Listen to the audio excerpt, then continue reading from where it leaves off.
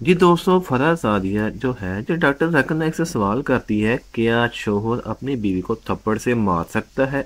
अगर मार सकता है तो कुरान मजीद में इसका क्या हुक्म है? क्या कुरान मजीद में ये है कि मसवाक के साथ मार सकता है? ये क्या माजरा है? आप इसके बारे में तफसील से आपने बताएं। जैसे कहा ख़वातीन से मुताल्लिक होगा, क्योंकि मुझे लगता है कि ये एक एरिया सॉरी, आपने किसकी किसकी ख़वातीन औरतों से खवातीन मुताल्लिक आपने misinterpretation of some verses की बात की जब ख़वातीन की बात होती है। एक आय मुबारका पे मैं आपका नुक्ता नज़र जानना चाहूँगी जहाँ पे ख़वातीन को मारने के हवाले से कुछ बात हुई है। डोमेस्टिक वायलेंस क्या इजाज़त देता है इस्लाम इसकी? जबकि मैं ये समझती हूँ कि वाक़या इफ़्क के मौके पर रसूल पाक सल्लल्लाहु अलैहि वसल्लम ने तमाम तर नाजेबा तरीन इल्ज़ामात के बावजूद ये रास्ता इख्तियार नहीं किया।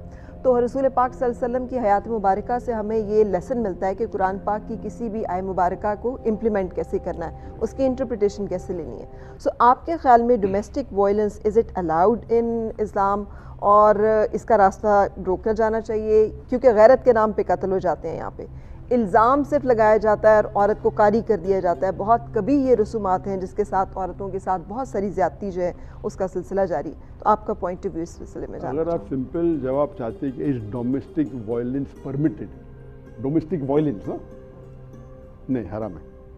डोमेस्टिक वायलेंस हराम है इस्लाम। वायलेंस ना, वायलेंस इज डिफरेंट देन जो आप कुरान की आयत का जिक्र कर रहे थे, वो हुआ है सूरा नंबर निसा, सूरा नंबर 4 आयत नंबर 35। मैंने 34 का जिक्र किया जिसमें आता है अर्रिजाल कवामुन निसा, क्या मेन द सपोर्टर। उसके आगे आप चलेंगे तो उसमें आता है कि इफ़ वन इज डिफीज, if they're disobedient or if they don't follow the instruction, then you stop talking to them and आप उनसे बात मत कीजिए, अपने बिस्तर में शेयर कीजिए। और फिर आता है जो अरबी वर्ड है दराबा। तो इसके अंदर हदीस के अंदर एक आता है अल्लाह के रसूल की सही हदीस में कि मिसाल के तौर पे आप मिसवाक से मार रहे, और अगर आप देखेंगे पढ़ेंगे अगर शरिया के अंदर, तो you can not beat on the face, you can not leave a mark on the body, बहुत सी चीज़ें। शरिया इज डिराइव फ्रॉम हदीस एंड कुरान, और जो फ़ुक़हा मिल के करते हैं तो कई चीज़ है कि can not hit on the face, you can not leave a mark.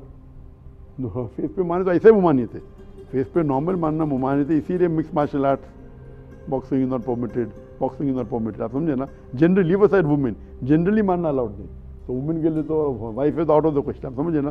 तो these are normal rules and regulation. तो आप मुसलमान अगर नहीं पढ़ते, कुरान की आयत लेके मानना करते तो गलत है। So they should be education in the Muslim society. और एक गैर मुस्लिम अगर इसको पूछते किस तरीके से जवाब देना, मिसाल पर मैं कहा handkerchief, it is more of a symbolic ख़त्म। पहले बात नहीं कर रहे, फिर आप बेड नहीं शेयर कर रहे, फिर आप दरबा, मतलब उसके बाद फिर there is reconciliation between one party from the women side, one party from the man side, they come and reconciliate. So this is a procedure before तलाक टेक्स प्लेस। तो दरबा हियर मीन्स लाइट बीटिंग, मतलब symbolic, मतलब this is the end of it. It is just a symbolic way of saying you are crossing the red line, आप समझे ना। इसके बाद क्या होगा, कुरान की जो आयत है, तो we are giving time to a person that we don't want to part, this is the last one, but in no way is domestic violence permitted at all. उसके पहले पार्ट हो जाना चाहिए।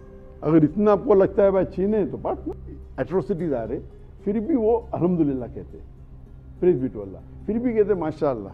तो कैसे लोग हैं ये, क्या दीन है? उस वजह से लाखों माशाअल्लाह गैर मुस्लिम, स्पेशली वेस्टर्न कंट्री में, उन्हें कुरान पढ़ने लगे, और ये एक साल में लाखों गैर मुस्लिम इस्लाम कबूल किए, सिर्फ उन्हीं बिकॉज ऑफ गाज़ा। सबूक सईद साहब। बहुत शुक्रिया डॉक्टर साहब। मेरा नाम सबूक सैयद है और मैं पाकिस्तान टेलीविज़न पर एक शो करता हूँ। आपके सवालात और आपसे जो सवालात किए गए बड़े इंपॉर्टेंट हैं और लाजमी उससे जहन भी खुल रहा है। लेकिन डॉक्टर साहब, आपने जो 15 पॉइंट पेश किए हैं कि ये एक्शन प्लान होना चाहिए मुस्लिम सोसाइटीज़ का या मुस्लिम गवर्नमेंट का, तो मुझे कुछ सवालात में कुछ इश्कालात भी पैदा हो चुके हैं। लेकिन मैंने आपका पूरा लेक्चर नहीं सुना हुआ, तो शायद अगर वो सुनूं तो शायद वो तो अच्छा इश्कालात रफ़ा भी हो जाएँ। लेकिन डॉक्टर साहब, मेरा एक सवाल ये है कि जिन सोसाइटीज़ के अंदर हम बस रहे हैं, आपने ये तो कहा कि हम उसका भी बायकाट कर दें, हम उससे ताल्लुकात भी ख़त्म कर लें, लेकिन क्या हम ये कर सकते हैं अगर ज़मीनी हक़ाइक़ को देखें? तो मुझे थोड़ा सा ये बताएं कि इस खलफशार की फ़िज़ा में, इस टेंशन की फ़िज़ा में हम उनके साथ मुकाबला करें, या विद इन सोसाइटीज़ जो हमारे साथ इतने बड़े प्रॉब्लम पेश आ चुके हैं उनके हल के लिए हम कोई कोशिश करें? जो आपको पहला सवाल था कि हम इसको बायकॉट करें, उसको बायकॉट, क्या ये मुमकिन है? और आम तौर पे तो नज़र आता है मुमकिन नहीं है, और मैं आपसे सहमत हूँ। लेकिन आप डायरेक्ट टॉप पे नहीं जा सकते, it is step by step. आप पहले फॉलो करो फर्स्ट स्टेप, फिर सेकंड, थर्ड स्टेप। पहले खुद की इस्लाह करो। आप बात तकरीर कर रहे, खुद नमाज नहीं पढ़ते, फायदा क्या? खुद अमल नहीं करो, बात कर ही करना चाहिए, तो आप अल्लाह की मदद नहीं आएंगी। तो पहले अपने अंदर चेंज आना चाहिए। और मैं कहा हूँ डिटेल के अंदर, किसके अंदर?